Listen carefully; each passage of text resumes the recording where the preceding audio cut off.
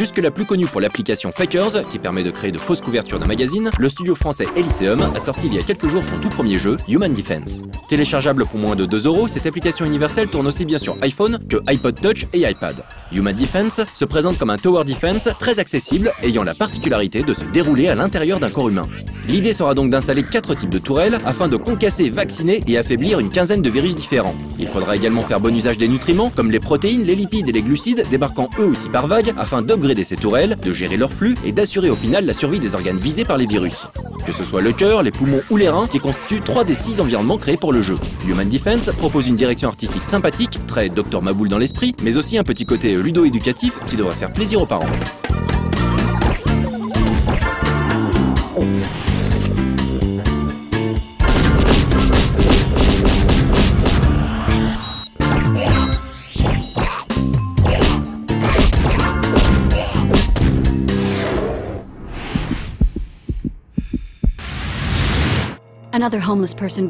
L'excellent polar Point and Click des créateurs de la saga Runaway sort aujourd'hui sur les plateformes iOS. Disponible sur PC depuis mars dernier, Yesterday est téléchargeable pour environ 4 €. Pour rappel, il propose de diriger John Yesterday et plusieurs autres personnages afin de démêler une sombre affaire de meurtre impliquant une mystérieuse secte. Pour plus d'infos sur le jeu, on vous invite à consulter la critique réalisée par Julien Pirou sur No Life Online. Get out, you bastard! Confess your crime! What do they want from us? I can't remember anything. I don't know who I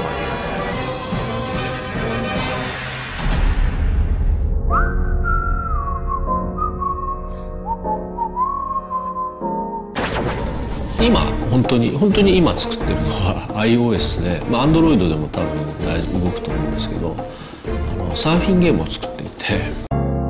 Monsieur Sakaguchi nous en avait parlé dans une interview, visible dans son intégralité sur No Life Online, consacrée à The Last Story, le RPG exclusif à la Wii. Voici donc les premières images de son jeu de surf sur iOS, toujours en cours de développement.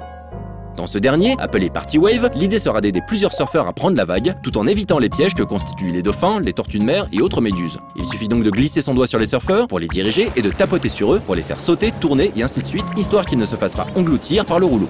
Très cartoon dans l'esprit et visiblement ultra speed dans les niveaux élevés, Party Wave devrait aussi proposer pas mal de mini-games à base de surfeurs et de créatures plus exotiques, comme des sirènes bien sûr. Ce titre nous intrigue pas mal, même si on espère qu'il ne détournera pas trop longtemps le créateur de la saga Final Fantasy du RPG. Une production originale sur Wii U nous ferait bien plaisir par exemple, même si la nouvelle approche du genre proposée par The Last Story sur Wii ne nous avait pas totalement convaincus.